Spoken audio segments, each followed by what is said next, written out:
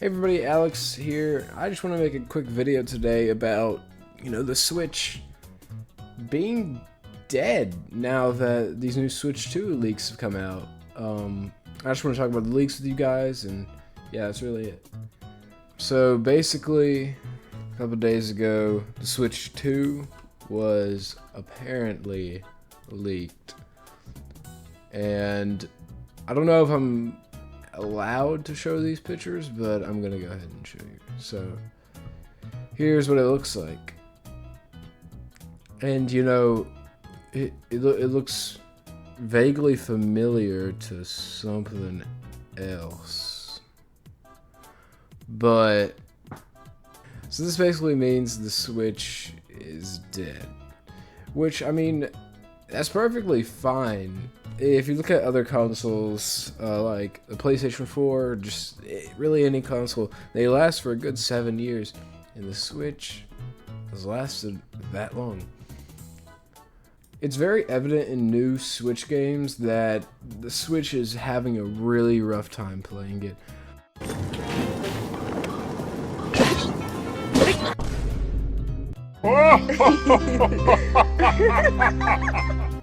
Like, playing Tears of the Kingdom was a struggle, to say the least. Even Switch games that came out like 2 to 3 years ago, like Pokemon Scarlet and Violet, still run horribly on the Switch. It really just makes sense for a new console to come out. But looking at the pictures, it doesn't even look like it's a new console. It just really looks like it's Switch Pro. So hopefully, these are real, but hopefully they aren't. I would like the Switch 2 to, or whatever it's called, Super Switch, I'm gonna call it the Switch U. I hope the Switch U isn't leaked. I hope it's a surprise. But these renders are very convincing, and there's even physical pictures of it too, like this. But I think they're real. But one of the things that's throwing me off a bit is just the Joy-Cons, because I wouldn't really think that they would change up the Joy-Cons a lot by how they're connected, because there are a lot of special edition Joy-Cons out there. So, you would just think, coming from like a business point, that, because I have the Tears of the Kingdom Joy-Cons and the Skyward Sword ones, and there are a lot out there that have been released over time. So, I hope that they would be backwards compatible, but it definitely looks like they aren't. These new Joy-Cons are definitely a lot bigger than the original ones, just based on how tall the new system is compared to the original Switch, and it seems to be that they are magnetic Joy-Cons, which is a big difference than the sliding Joy-Cons. I don't know how well that would be, because obviously it looks like they have little click buttons that would click into the system, but I don't know. I think the sliding motion's a lot better.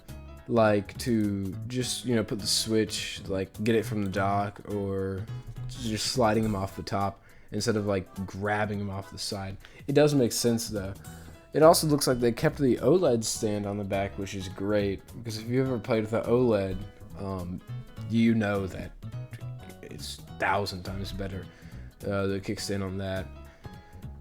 It also looks like there is the same cartridge slot at the top, which would mean backwards compatibility. And that really makes sense when you realize what games Nintendo has been releasing recently. Legend of Zelda Tears of the Kingdom, Super Mario Bros. Wonder. They got Metroid coming out, but that's probably going to be on this new Switch. It also looks like the sticks have been changed, which hopefully they have. Hopefully it's not the same crappy sticks from the original Switch that get drift after a day. Yeah, hopefully they learn their lesson with all those free repairs that they've been handing out for the Joy-Cons.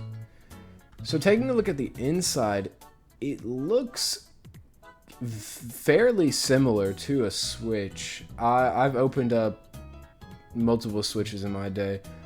Just recently I repaired my girlfriend's little brother's Switch Lite, and it looks very similar to this.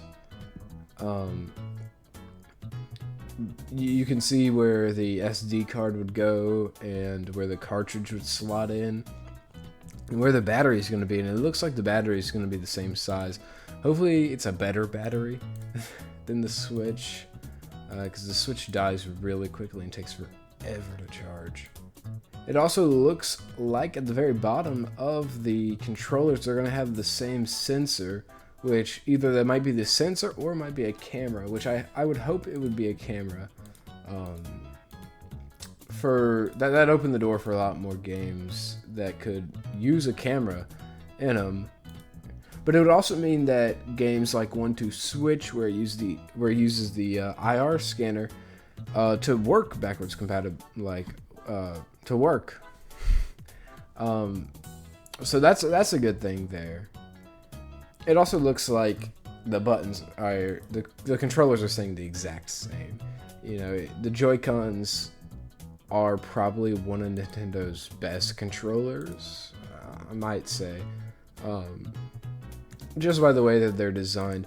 I was hoping for a D-pad instead of the buttons there, but it makes sense when these are taken apart to be used separately as different controllers. We're definitely getting a dock with this. You can see the little notches, so it definitely is still a Switch instead of just a portable or just a home console, which it obviously couldn't be a home console. I mean, look, there's a big screen. One thing that confuses me is the second little square button, the second button on the right Joy-Con. It looks like the shape of the capture button, but looking at the render, it does not look like it. It doesn't look like the capture button. The capture button has a little circle in the middle. This one you can't really tell because it just how low res it is, but it looks like it has something else on it. It might be, I'm thinking it looks like a moon, which could mean it's a sleep button, which I doubt. Alright, so that's probably going to wrap it up for the Switch news for today. But I wanted to cover another Nintendo bit of news that's happening recently. Apparently Nintendo is suing the Palworld developers for copyright infringement. And this isn't just a cease and desist like how Nintendo loves throwing out. I'd probably get one just for talking about the Switch 2 in this video. But you know Nintendo loves throwing out their cease and desists. But this is way bigger than that. It makes sense when you see how long this game was released ago, that they have definitely been building a case since it came out. And this could be really big.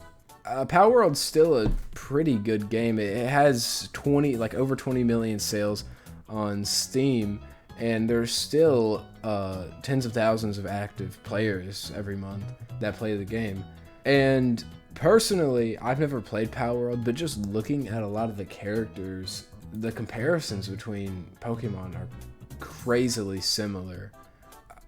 I mean, it basically is just Pokemon with guns. Some of the PAL little creatures, you'll look at them and it's like, I've seen that Pokemon before, but it's not. So that's it surrounding the Palworld little stuff. I don't have any other news for today. Also, this is my first video in a year. Sorry for the hiatus, anybody who's watching. I just fell off really thinking about wanting to do YouTube. I got Photoshop and was like, oh, I'm gonna make a bunch of videos, make a bunch of thumbnails. I made a bunch of thumbnails, had a bunch of ideas, never made the videos. But I'm really excited to start making more videos again. I hope I can make a bunch, and I hope you guys will like them all. But yeah, so that's really it. Hope you guys all have a good day, and yeah, I'll see you next time.